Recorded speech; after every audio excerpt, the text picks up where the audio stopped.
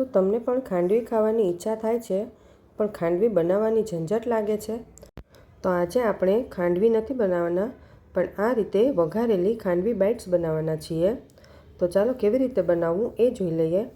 એના માટે એક બાઉલમાં 1 કપ ચણાનો લોટ લીધો છે, તેની સાથે અડધો કપ દહીં લીધું છે અને 1 કપ પાણી લીધું છે. અત્યારે આપણે આટલું એડ કરીને તેને આપણે બ્લેન્ડરથી એકદમ સરસ સ્મૂથ પેસ્ટ બનાવી લઈશું. આપણે પરફેક્ટ માપ જોઈએ તો 1 કપ ચણાનો લોટ, તેની સામે 1 કપ દહીં અને તેની સામે 2 કપ પાણી એડ કરવાનું છે. તમે એક દહીં ન લેવું હોય અને એકલી છાશ લેવી હોય તો 3 કપ છાશ એડ કરવાની. હું અહીંયા અડધો કપ પાછળથી છાશ એડ કરવાની છું, એટલે મેં અડધો કપ જ દહીં એડ કર્યું છે. આ રીતે આપણે એકદમ સરસ સ્મૂથ પેસ્ટ બનાવી લઈએ, જેથી આપણે ચણાના લોટના એક પણ લમ્સ ના રહે. હવે આપણે તેમાં અડધો કપ પાણી અને અડધો કપ છાશ એડ કરી દઈશું. હવે બધું સારી રીતે મિક્સ કરી લઈએ અને તેનું બેટર કેવું હોવું જોઈએ, આ રીતનું એકદમ પાતળું હોય. આ રીતે ચમચામાં પાછળ તમારે જોઈ લેવાનું, એકદમ પાતળું લેયર થતું હોય એટલે આપણું બેટર એકદમ પરફેક્ટ છે. હવે આપણે તેમાં અડધી ચમચી જેટલું હળદર એડ કરી દઈએ. હળદરથી તેનો કલર ખૂબ સરસ આવે છે. પછી તેમાં થોડી હિંગ અને મીઠું સ્વાદ પ્રમાણે એડ કરી દેવાનું.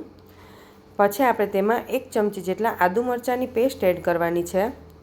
આદુ મરચાં તમારા ટેસ્ટ પ્રમાણે વધારે ઓછા એડ કરી શકો છો. બધું સારી રીતે મિક્સ કરી લઈએ. પછી આપણે તેને એકવાર ગાળી લઈએ, જેથી આદુ મરચાંના જે મોટા ટુકડા રહી ગયા હોય એ બધું નીકળી જાય. અહીંના આપણી ખાંડવી બાઇટ્સ એકદમ સોફ્ટ બને.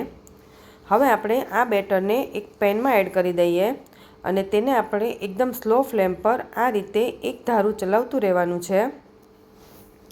તેમાં ગાંઠા ન પડે તેનું ખાસ ધ્યાન રાખવાનું. હવે આપણે 2 થી 3 મિનિટ પછી જોઈએ તો આપણું બેટર થોડું ઘટ્ટ થવા લાગ્યું છે. એકદમ સ્મૂથ પેસ્ટ થવી જોઈએ. આ રીતે લગભગ 5 થી 7 મિનિટમાં જ ખાંડવી તૈયાર થઈ જાય છે. આ રીતે થોડું ઘટ્ટ થાય પછી આપણે એક પ્લેટમાં આ રીતે લગાવી દેવાનું પાતળું લેયર. આપણું લેયર એકદમ સરસ ઉખડવું જોઈએ. જો ન ઉખડે તો પાછું આપણે 2 થી 3 મિનિટ રહેવા દઈશું. હવે આપણે તેને ઠંડુ કરીને આ રીતે જોઈએ તો આપણી ખાંડવી હજી ઉખડતી નથી, તો એનો મતલબ હજુ આપણું બેટર પરફેક્ટ નથી બન્યું. તો આપણે પાછું તેને 2 થી 3 મિનિટ ચલાવશું અને 2 થી 3 મિનિટ પછી પાછું આપણે તેને આ જ પ્રોસેસ કરવાની છે. આ રીતે તેને કન્ટિન્યુઅસલી ચલાવતું રહેવાનું છે.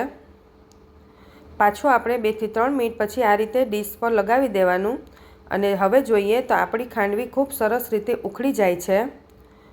એટલે એનો મતલબ આપણું બેટર પરફેક્ટ તૈયાર થઈ ગયું છે.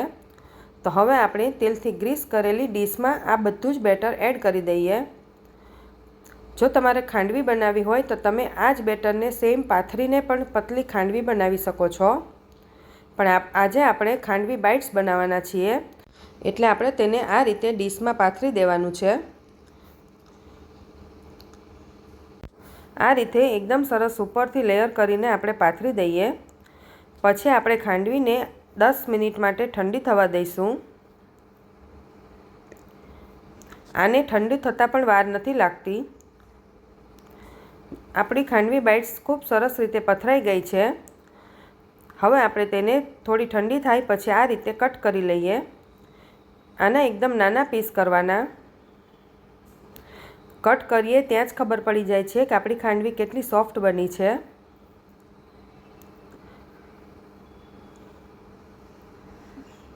અને એકદમ સરસ રીતે ઉખડી પણ જશે. હું તમને એક બતાવી દઉં છું. તમે જોઈ શકો છો કે આપણી ખાંડવી બાઇટ્સ કેટલી સોફ્ટ છે.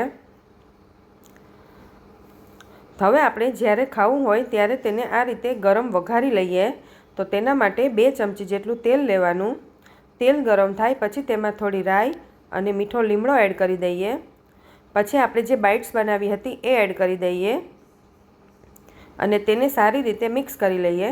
આને આપણે વધારે ચડવા નથી દેવાની, બસ થોડી ગરમ થાય એટલે લઈ લેવાની હોય છે.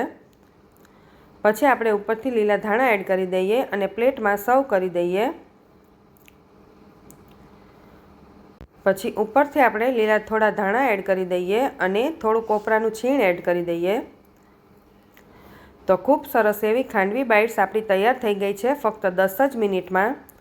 અને ખાંડવી પાથરવાની ઝંઝટ પણ નથી રહેતી. આ બાઇટ્સને તમે લંચ બોક્સમાં પણ આપી શકો છો.